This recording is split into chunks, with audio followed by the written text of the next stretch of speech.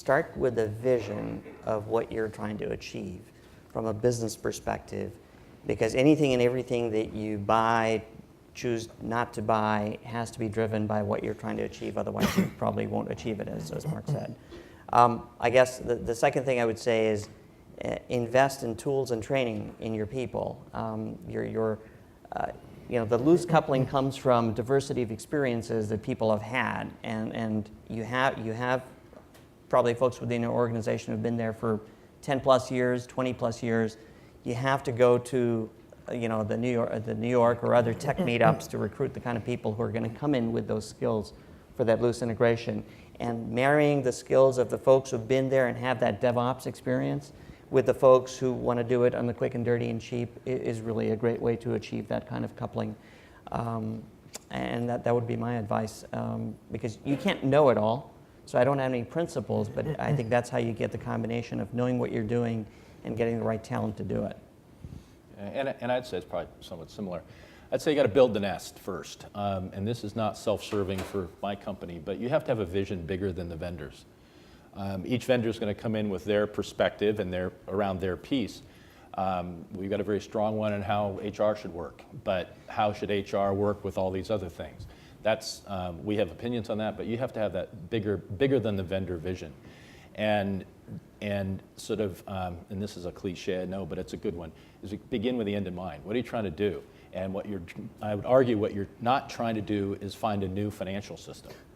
You're trying to do, there's something else, because nobody's doing financial systems because it's fun to do financial systems. There's an issue, and it's bigger than just that technology. So that's probably the number one thing, is have a vision bigger than the vendor.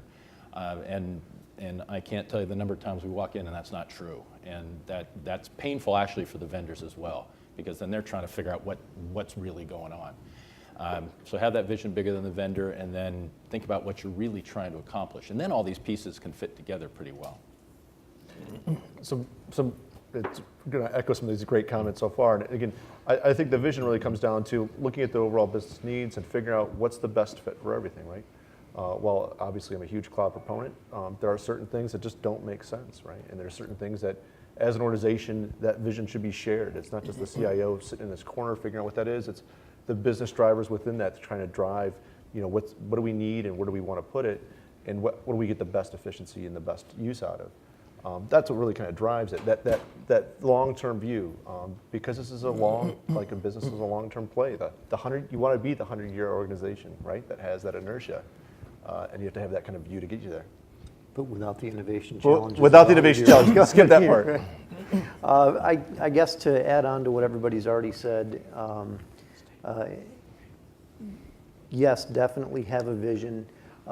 If you have the opportunity and you haven't paid a lot of attention to it yet, wrap your arms around your data governance and your enterprise information management strategy, because you can do all the API integrations you want, but your data can come up and bite you in the butt if you haven't given that a lot of attention.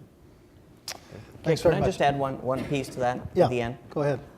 Stop reading all the tech stuff, okay? It'll drive you nuts. So if you heard nothing, just if you know what your vision is, you're going to read all the tech stuff, with a filter as to what's relevant and what's not.